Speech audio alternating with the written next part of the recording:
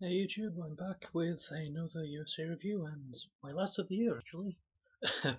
It's UFC on Fox 17, Rafael dos Anjos vs Don Strike 2. The 2 is because it's a rematch obviously. They had a fight a few years ago and Dos Anjos won that one. But we'll get to whether or not he wins this one too when we get to it. So we're going to start off with the first fight in the prelim card. Cole Miller fighting for the first time as a featherweight against Jim Allers, and the fight was actually a very close one until it happened. It was stopped at 1 minute 44 seconds in round 2 after an accidental eye poke to Miller. His left eye was poked, the finger was pushed in really badly, and his vision was pretty much like he couldn't open his eye afterwards. The doctor came to inspect him, and the referee gave him enough time, but he still couldn't recover from it. So the fight didn't go anywhere after that because it was called off, obviously. But the fight itself was actually a lot of fun. Both fighters were actually doing very, very well. And it was quite a shame. It was indeed. Next up, a fight that wasn't finished at all. As Nick Lentz defeated Danny Castillo by split decision. And this really was a close fight. Nick went a lot for his signature guillotine. That's probably what he's best known for. I definitely think in the striking department, if it had stayed that way, if Danny kept striking, he definitely would have won because he was staying on the edge a lot. He was using his better range because he's taller and a bit bigger than Nick is. Pardon me. And yeah, it was a really good fight. A lot of good, really good groundwork. And speaking of groundwork, the next fight was actually a whole lot of awesome. As Tamden McCrory returned for the first time, I think they said in 6-7 years. It's been a very, very long time. Defeated Josh Salmon, or Salman. I say Salmon because that's what it looks like.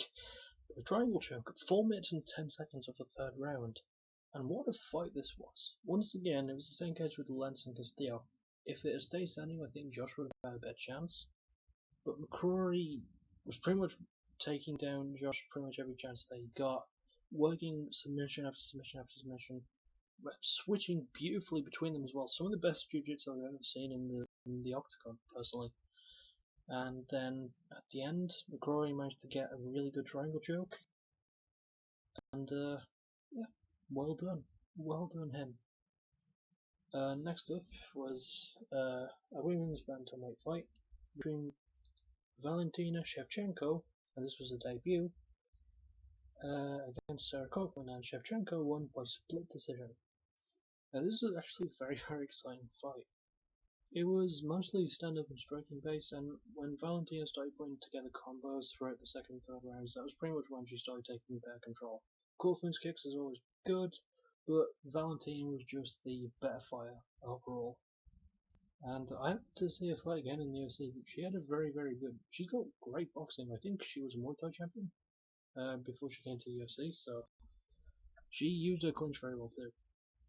I think it was her or the next, well, not the next fighter, but the next female fighter I'm going to talk about. The next fighter, or fighters, or fight.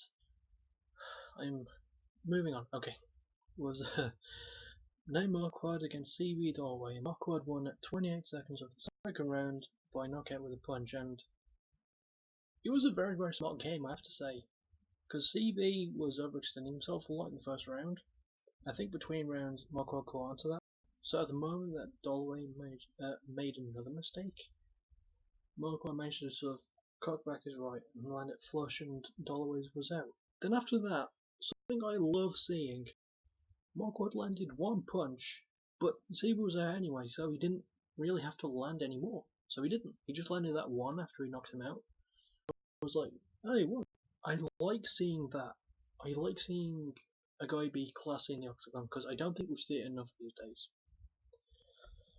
And the final fight in the prelim card was Charles Oliveira against Miles Jury, and Oliveira won by submission with a really, really well done guillotine choke. 3 minutes and 5 seconds of the first round. And I think See, if Miles stuck to his normal game plan of his stand-up game, which he is way better at, which is what makes him one of my favourite fighters in the UFC, one of the most underrated, because he's just, he's so exciting to watch. Got a great stand-up too.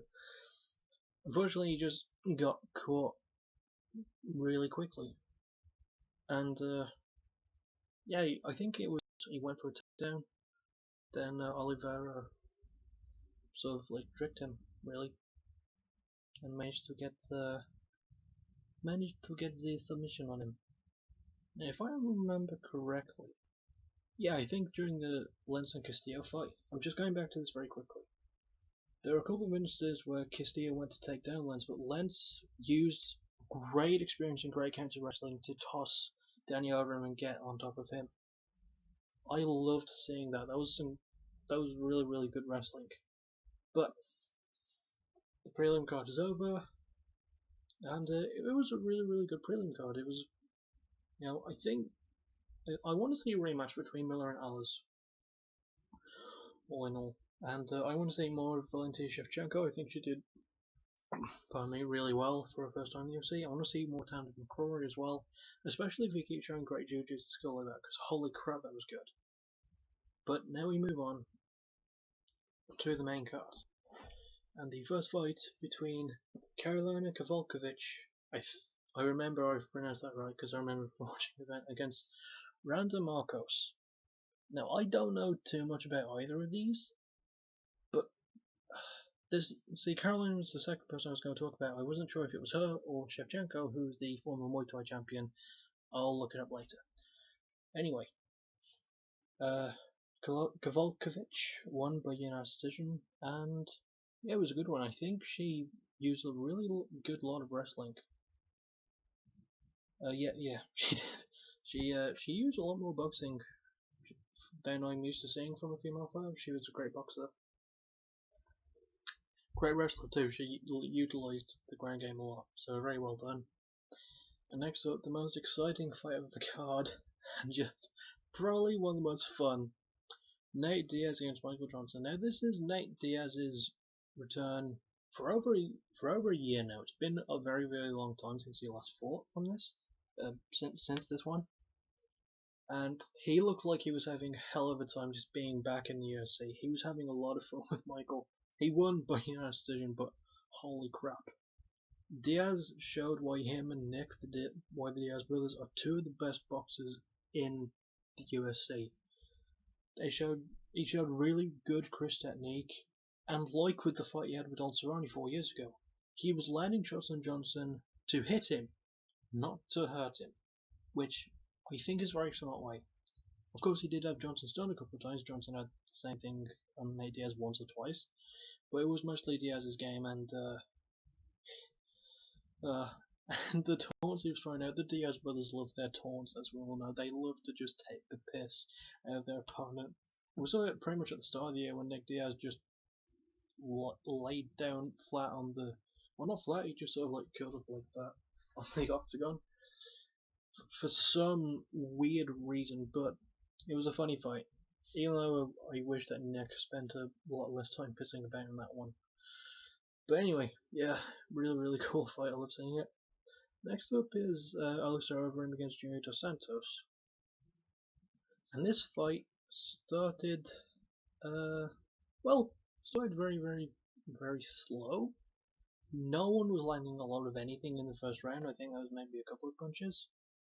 But then at 4 minutes and 43 seconds of round 2, it was finished when Overeem managed to get a really good punch in on Dos Santos and managed to follow that up with a good finish. I really can't recall how the fight went because of how slow it was. I don't remember things that... It wasn't exactly memorable. It was a good finish. I'm not going to deny Overeem that, but besides that, they were just two heavyweights that moved around a lot. And mostly it was out of respect for the other's power because they're both very, very... just really tough guys. Got great knockout power, both of them have. But you know what? That was a good fight. We now move on to the main event itself.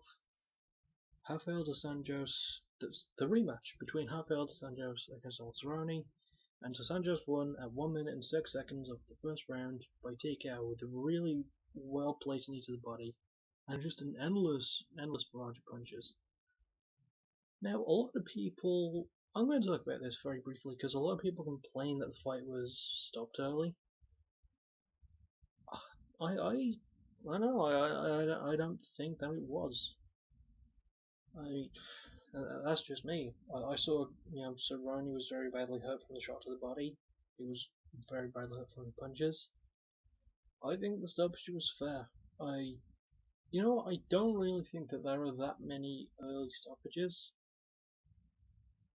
If there's one, in fact, no, I don't think there's many stoppages that I don't agree with. Except for that one a few weeks ago, where the referee thought that the fighter in the submission had rolled his eyes back because he was unconscious, but he was just like blinking. That was all he was doing. And the referee stopped the fight because of that, but I don't remember what that one was, but that was a really terrible call. But anyway, that's it for this review, and for the last event, last UFC event of 2015, we say goodbye to Orlando, Florida, because that's where we were. I should have mentioned at the start of the video, but I'm a moron. But anyway, take care of yourself, and I'll see you all next time.